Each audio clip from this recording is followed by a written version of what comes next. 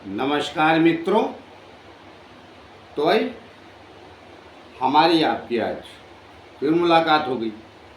जैसा कि मैं हमेशा ही कहता हूँ, जब तक परमात्मा की परमेश्वर की मर्जी है हमारा आपका सिलसिला चलते ही रहेगा। तो आज बात करूँगा मैं जुलाई माह की मेष लगन का राशि फल, मेष लगन का भविष्य फल कैसा होगा। अब राशि क्या है कि कॉमन शब्द निकल जाता है, जनरली लोग राशि फल बताते हैं, लेकिन नहीं, मैं जानता हूँ कि लग्न से जो नज़दीकी आपका भविष्य कथन या वर्तमान का कथन निकलता है वो राशि से नहीं निकलता। लग्न आपका व्यक्तित्व और राशि आपका मान अर्थात चंद्रमा। लेकिन इस माह तो मंगल में ही लिखा है और चंद्रमा भी, मतलब मेष लग्न मेष राशि ही है, लेकिन चंद्रमा बदलता रहता है 1.25 दिन में। तो ये मेष लग्न मेष राशि वाले भी देख सकते हैं, लेकिन अब मेष लग्न है और पता चला मिथुन राशि है तो प्रेडिक्शन में थोड़ा सा अंतर आएगा। लेकिन जब मैं लग्न से कह रहा हूँ तो प्रभाव ज़्यादा आपका नहीं पड़ेगा। मेष लग्न होना आवश्यक, सिर्फ मेष राशि नहीं होनी चाहिए। लग्न और कोई है और मेष राशि नहीं, लग्न आपका मेष होना चाहिए। तो अब मैंने ग्रह जैसा आप देख रहे हैं कि मैंने लिख रखे 1 जुलाई को आपके ग्रह नक्षत्र कहाँ रहेंगे वो गिन देता हूँ, फिर चलता हूँ, बात पूरी कर देता हूँ। एक लिखा है कि ये मंगल और चंद्रमा रहेंगे उस दिन, और चंद्रमा बदलता रहता है 2 दिन, पहले आप मंगल को पकड़ेंगे।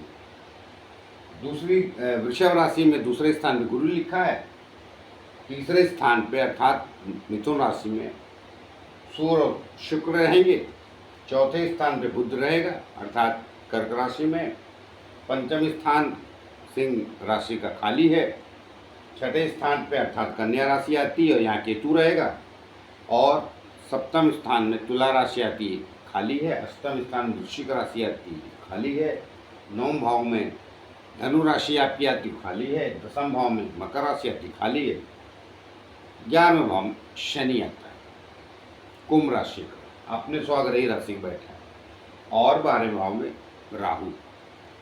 तो ये इस माह के ग्रह गोचर हैं। जैसा कि मैं हमेशा कहता हूँ, ग्रह गोचर जो होते हैं आपके ऊपर तभी ज़्यादा प्रभाव देते हैं कि कौन सा ग्रह कहाँ बैठा है और उसकी दशाएं चल रही या अंतरदशा में, प्रत्यंतर में नहीं। प्रत्यंतर के लिए तो फिर वो 2, 4, 5 दिन 10 दिन की बात है।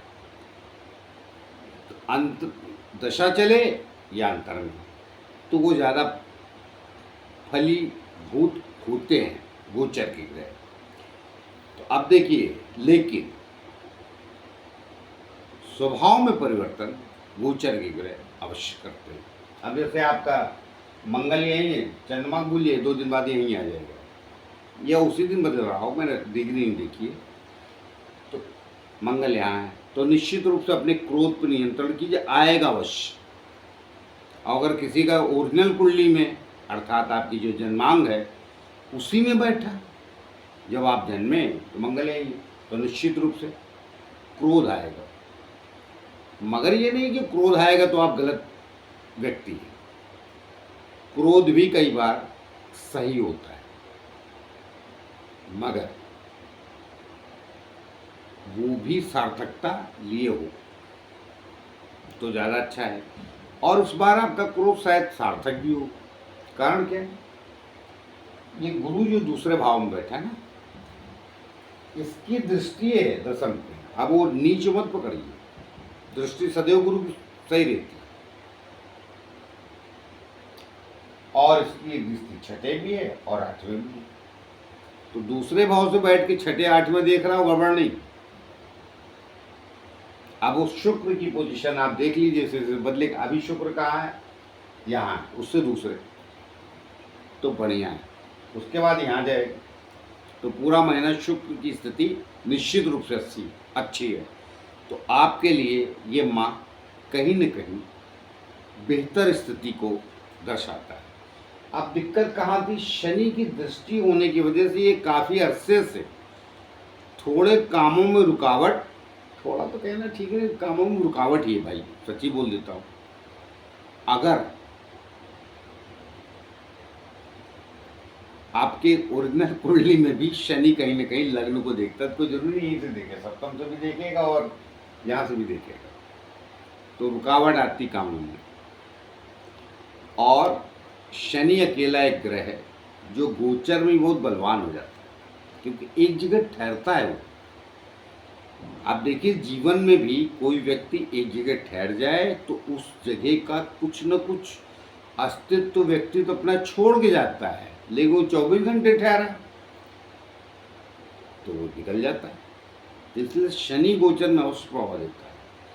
और 11वें बैठ के तो दृष्टि नीच की है, आपके व्यक्तित्व में प्रभाव देता है। आपको थोड़ा सा ये एहसास होता है, काम वगैरह तो रुक ही रहे हैं, साथ साथ ये भी एहसास होता है कि थोड़ी उस पर भी कमी आ रही है।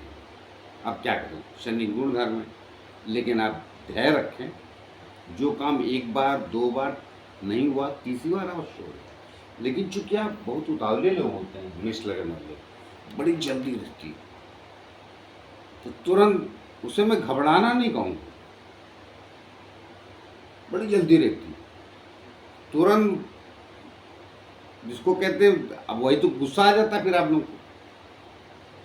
तो थोड़ा धैर्य रखें, ये आपको भी कला कई बार आनी चाहिए, मैं हमेशा के लिए नहीं बोल रहा हूँ। जो आपका स्वभाव है उसको रखिए, वो रहेगा। मेष लग्न वालों का स्वभाव होता है, वो जाता नहीं, लेकिन जब ग्रह स्थिति ऐसी आ जाती है तो थोड़ा धैर्य से कार्य लेना चाहिए।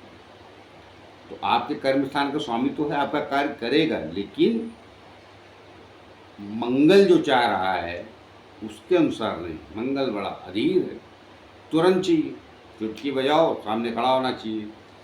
तो ऑफिसर वगैरह होते हैं इस लग्न के रैंक, इस लग्न के लोग, उनकी बड़ी रैंक होती है, तो होता भी वैसे।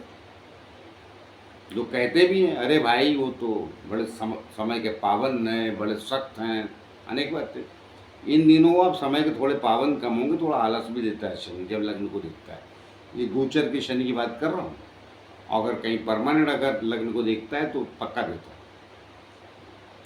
बाकी कुछ विशेष स्थितियाँ गड़बड़ नहीं, काम वगैरह भी आपका हो जाएगा।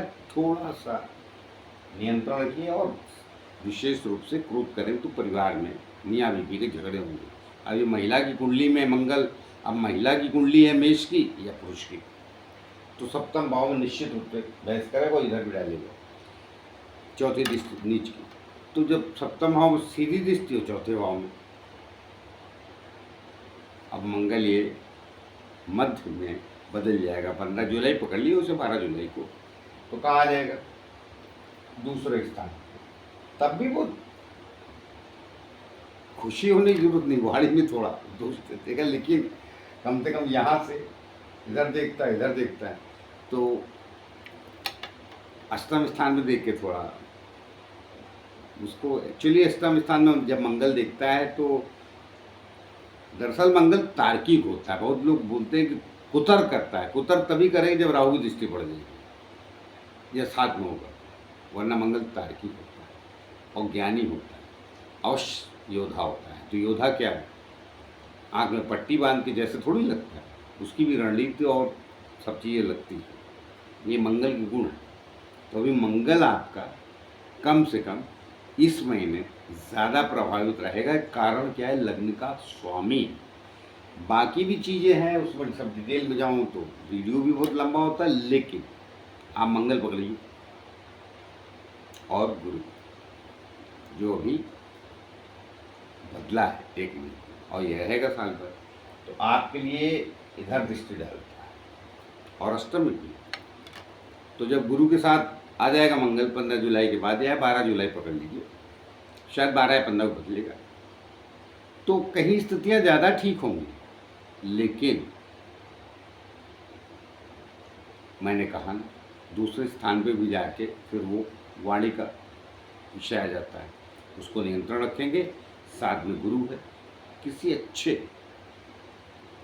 ज्ञानी, मैं ये नहीं कह रहा हूँ संत के पास जाइए, जो सही है आपको लगे अपने जीवन में, सलाहकार जिसको आपको लगे कि सही व्यक्ति है जो सही सलाह दे सकता है। उसमें छोटा बड़ा मत देखिए कि काले कपड़े वाला है, पीले कपड़े वाला है, संती होना ज़्यादा नहीं। मैं ज्ञानी उसी को मानता हूँ जो सही वक्त पे सही सलाह दे और निष्कपट दे। साधु भी भूखा है और सलाह दे रहा और शाम की रोटी का प्लान कर रहा है तो सलाह आपको फलेगी नहीं। हाँ, भूखा होकर निष्कपट दे दिया तो आपको पता चल जाएगा, खुद ही खिला देगा। तो छोटा भी अगर आपसे मतलब आपका मित्र भी है तो सलाह दे रहा है तो ले लीजिए। इसमें निश्चित रूप से आपको फलित होगी और आगे भी होगी। लेकिन बाकी ग्रह गोचर बदलते हैं, जैसे भी बुद्धियाँ आ जाए, फिर इधर आ जाए, शुक्र इधर आ जाएगा तो फिर वो दूसरे सब रिश्ते और ये वो सभी कुछ होने लगता है। लेकिन ये मैंने मुख्य रूप से आपके स्वभाव और आपके करियर की बात की। तो करियर के लिए समय अच्छा है। गुरु की दृष्टि को आप नीच दृष्टि वगैरह न माने। गुरु की दृष्टि नीच और उच्च के नहीं होती, गुरु की दृष्टि होती है। बस वो स्वामी अच्छे घर जगह का होना चाहिए तो और मित्र होना चाहिए तो आपका मित्र भी है और एक घर का गलत भी है। मैं ये नहीं कह रहा हूँ 12वें घर, तो 12वां घर मोक्ष कहलाता है, इसलिए आपके लग्न में गुरु अच्छे परिणाम देता है। तो आए मिलते किसी और नए विषय को लेके, तब तक के लिए आज्ञा दीजिए। जाते जाते फिर से प्रार्थना है कि जिन लोग हमारे चैनल सब्सक्राइब नहीं कृपया कर लीजिए, उससे हमें बल और शक्ति मिलती है जो आप लोगों के द्वारा ही आती है। तो आए मिलते, नमस्कार।